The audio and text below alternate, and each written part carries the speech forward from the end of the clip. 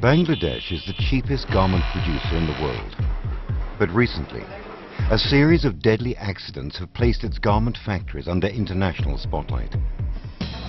In November 2012, the Tazreen factory fire killed over 100 workers.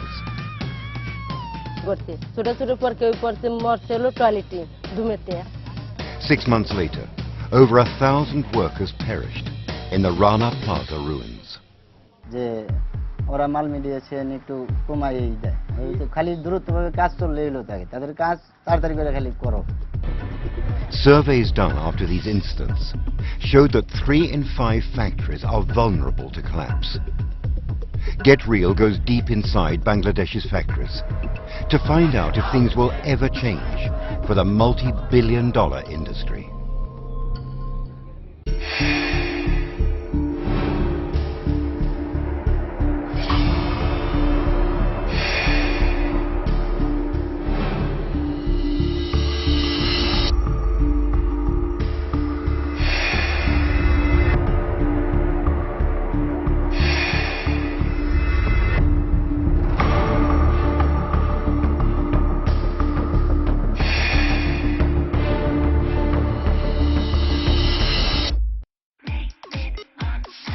This is the familiar face of fashion. And this is the other side of the story.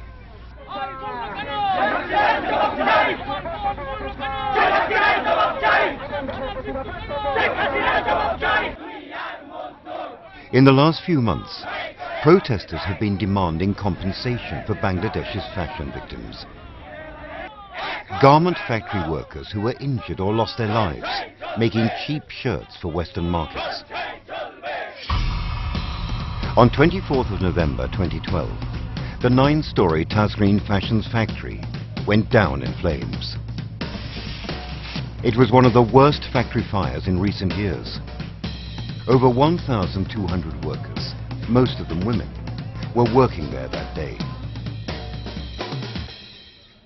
Among them was Rupa Khatun. The teenager made T-shirts for America's Walmart. Her pay, less than $60 a month.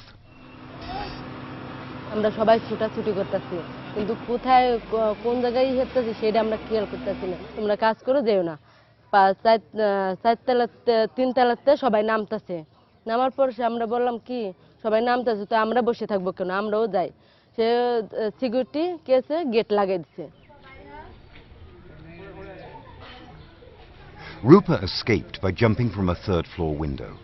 An iron rod pierced her leg when she landed, leaving her crippled. আমি তো ভাবছি কি আগুনে যদি পুড়ে যায় তো আমার মা বাবা কেউ আমাকে লাশটা পাবে না কারণ আমার তো চিনতে পারবে না আর আমি যদি সাইডে পড়ি মরেও যাই তারপর আমার মা আমার ধরে কাঁদতে পারবে না আমার মেয়ের লাশটা আমি পেয়েছি The remains of the Tazreen factory is visible from Rupa's village, a reminder of the tragedy that killed 112 and injured many more.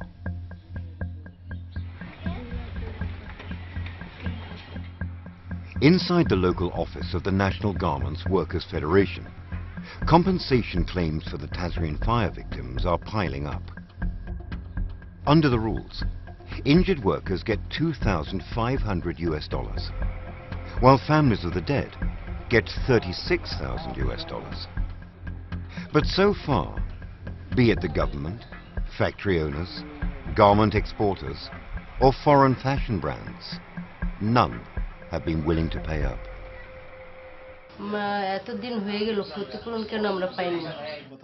This is Rupa Khatun's 4th visit in 7 months. She's here to ask about the insurance payout and 1 month's salary that she's owed.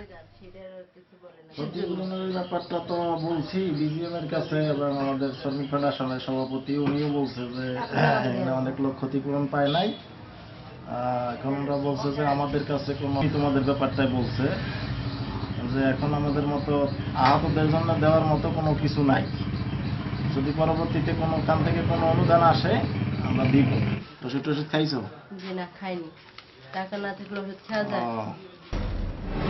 Bangladesh is one of the world's largest exporters of clothes. It's an industry worth 20 billion US dollars. Over 5,000 factories, located mainly in Dhaka and Chittagong, generate 80% of Bangladesh's export earnings and provide millions with jobs and money. But the same industry that has transformed the country has now come under international scrutiny.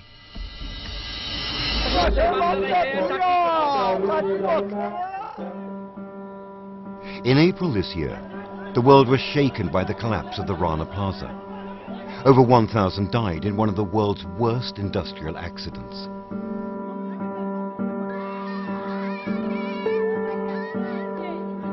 The international community is now piling on the pressure, insisting that Bangladesh take a serious look at its safety record.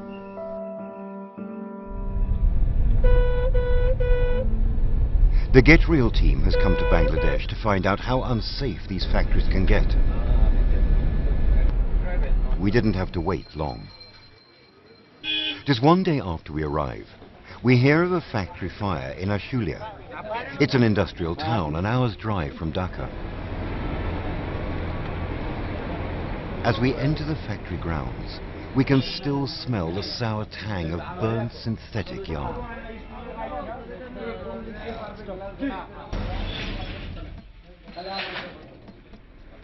The factory's 300 workers have been lucky. The gutted storeroom is the only casualty of this blaze. Factory fires are common in Bangladesh. In the last 5 years, at least 500 workers have lost their lives.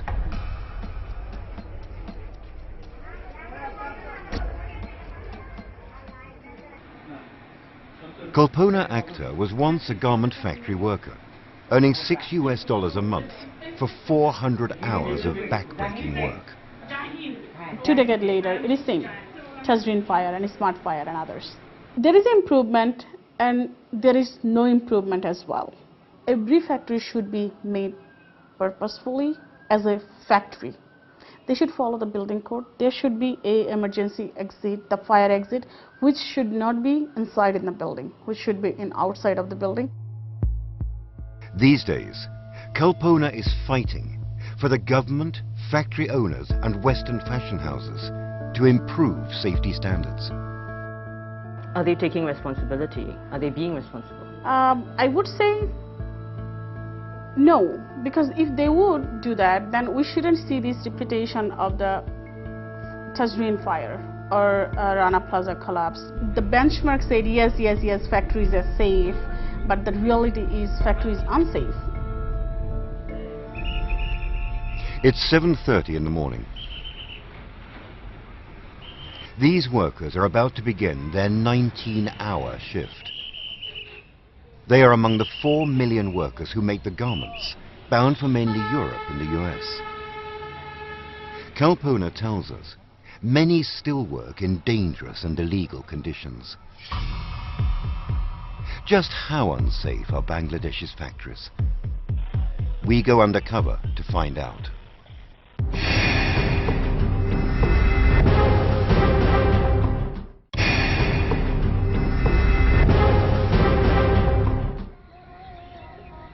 This is the Jurain Cemetery, an hour's drive south in the outskirts of Dhaka.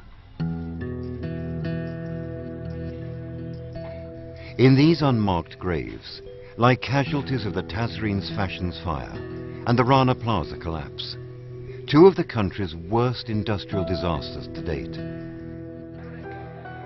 These workers died, making shirts that cost only $4 to produce. It's been estimated that in the last decade, at least 2,000 people have died in factory accidents. Today, this is all that remains of the Tazreen Fashions factory. There were once over 1,200 workers here, making shirts and jackets for clients like Walmart and Carrefour. The factory also built quarters for its workers, and these rooms are where some of them used to live. 112 of those workers died in the November 2012 fire. Investigations later showed that there were no emergency exits. Worse still, The 3 staircases inside served as chimneys that sent the flames shooting up from the ground floor to the roof. Do you see those round windows over there?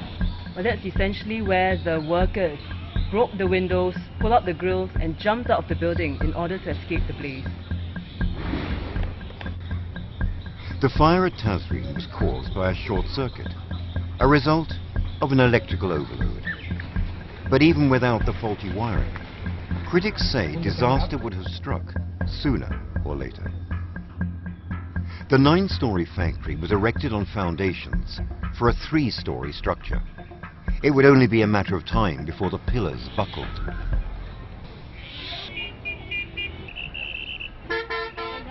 Bangladesh's factories have been called death traps, and we're about to find out just how dangerous they can be. Get Real meets Shahjahan, a garment worker. He's 24 and he's been stitching shirts for the past few years. He will be taking our hidden camera into the factories. চাকরি না থাকতে পারে, বেশিরভাগ থাকবো না ধরা বললে এটাই।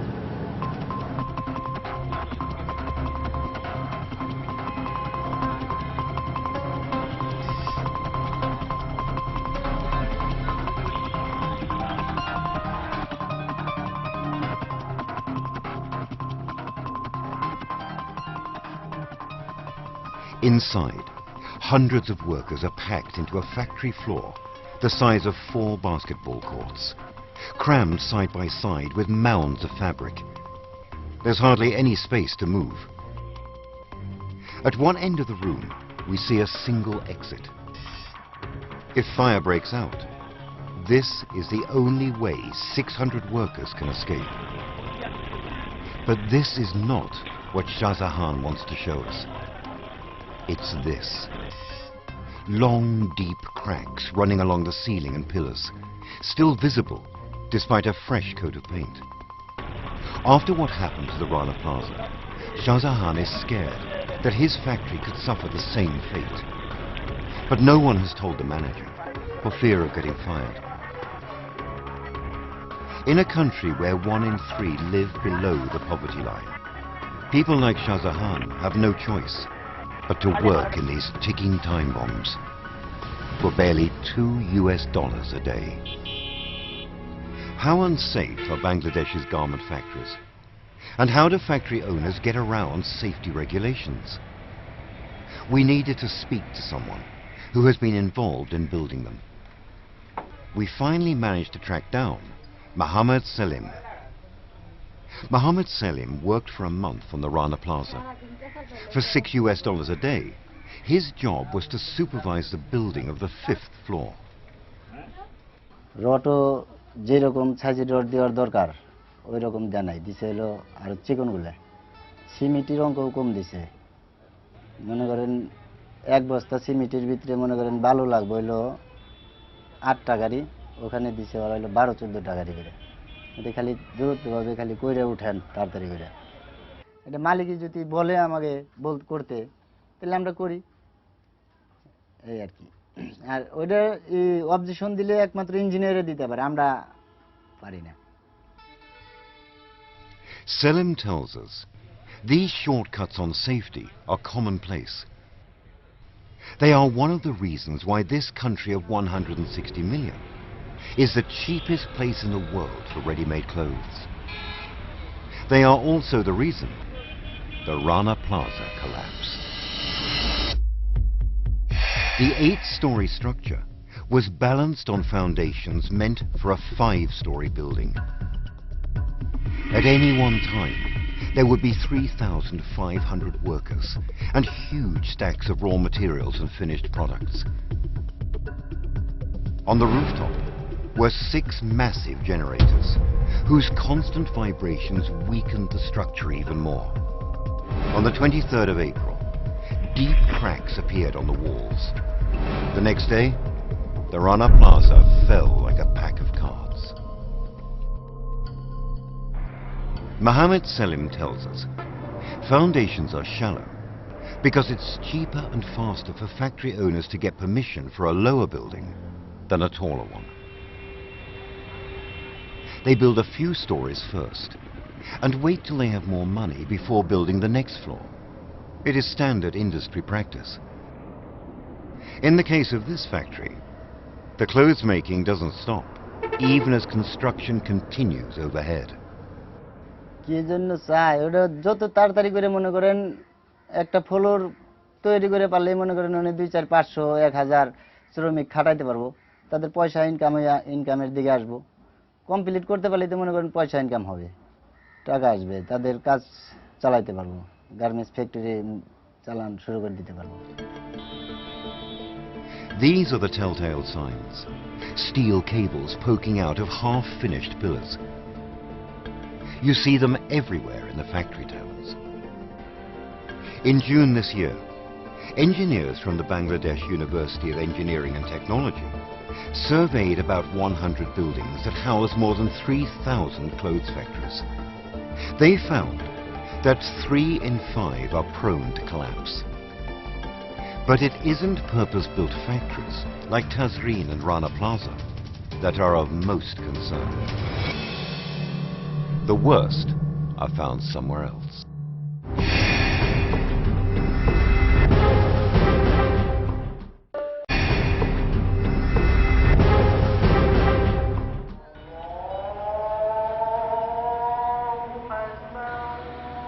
Beneath what looks like an ordinary Dhaka neighborhood lies a dangerous secret. This, what was once someone's bedroom, is now a workshop producing t-shirts for sale overseas. Get Real went in with our undercover cameras. Like the other factories we've seen, this one is packed from wall to wall. The difference, this is an apartment block. It was not built to withstand so many people and machines. Electrical overload can spark a fire any time. But outside, the maze of alleyways leave little room for escape. There is no safe exit way here, and if any incident of fire happens, it is very difficult for the rescue team to come here and operate their rescue operation. Hundreds of these illegal, makeshift factories sprang up in the 1990s, when trade with Europe and America was taking off. There are no licenses that regulate them, and government checks are rare. It is said that half of all garment factories in Bangladesh are in converted apartment blocks like these, and the situation is not likely to change. Till now, government could not establish any specific zone for the investor who are ready to invest money for RMG sector. So they have no other way to have such kind of garments factory in the residential area. On the other hand, to them it may be cost effective also. Dr. Morshed works for a labor NGO, demanding better safety for workers. He says building codes exist, but they are either not understood or simply ignored. You can see that in residential area there is a provision of having 6-storied building, but people are used to make 9-story, 10-story building, and they don't care this. This is the culture. This is the culture of our countrymen, of our citizens. There is another reason for Dr. Morshed's pessimism. In Bangladesh, the textile trade is interwoven with politics. 10% of lawmakers own garment factories. And so far, no one has been charged in court over factory accidents. Besides, fixing the industry's safety problems will cost an estimated $1 billion. With the economy so heavily reliant on garment exports, those in the trade want to keep costs low and are reluctant to do anything that might drive business away. But Kalpona Akhtar believes the industry is at a turning point. Since the Rana Plaza collapse, over 80 fashion brands, mainly from Europe, have signed up to a legally binding safety accord. They have to allow independent inspections of their suppliers' workshops and pay the cost of implementing safety standards. Now these days, they're not talking about the price of their clothes. They're also talking about these human lives. For Mohammed Salim, a contractor who worked on the Rana Plaza building, this is all too late.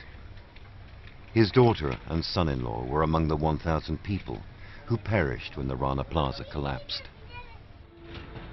These days, he finds work building homes instead of factories. He says it helps him feel less guilty. আমরা যদি নাকি আমাদের মালিকরে বলি যে এই রকম ভাবে কাজ করবেন, এইভাবে যে আমরা যেভাবে বলবো যে এইভাবে করলে পারে কাজটা ভালো হবে, বিল্ডিংটা মজবুত হবে, তাহলে মালিকই আমাদের কথা গুরুত্ব দেয় যে ঠিক আছে আমরা যখন নিজেরে থাকুম তাহলে কাজ যেভাবে ভালো হয় ওইভাবে আপনারা করেন। আমরা মালিকদেরকে করি, সাজেশন দেই, ওই সাজেশনে কাজ চলে। 10 months after Rupa Khatun escaped the Tazreen factory fire, she's still waiting for compensation. In September, a meeting was held in Geneva to negotiate a $77 million settlement for Tazreen and Rana Plaza victims. But the talks ended in failure. আমার তো ওটার দাবি আছে, তাই না? সেটাই তো দাবি আছে এখন বর্তমান, সেটা তো দেবে, আমার ন্যায্য পাওনাটা তো দেবে, আমার ক্ষতিপূরণটাও দেয়নি। যে আমার জায়গা বেঁচে আমি আমার ইসির হসপিটালের বিলটা পরিশোধ করলাম, আমার আম্মা আমরা কোথায় থাকবো, সেটাই তো থাকা লাগবে। আমার ছাদের তলে তো আমরা জায়গা নাই, আমরা ভাড়াই থাকতেছি এখন বর্তমান। তখন আমরা কি করবো? আমরা তো বাড়ি থাকা লাগবো, আমাকে ঢাকা শহরে তো সারা জীবন থাকতে আসিনি, আমাদের দেশে বাড়িতেও যাওয়া লাগবো। In July, garment exports jumped 26% from the previous year. The international outcry over safety since the Rana Plaza collapse seems to have made little difference. For Rupa and millions of factory workers like her, there's nothing else they can do except work and pray that each time they enter the garment factory, they'll be able to leave safe and sound.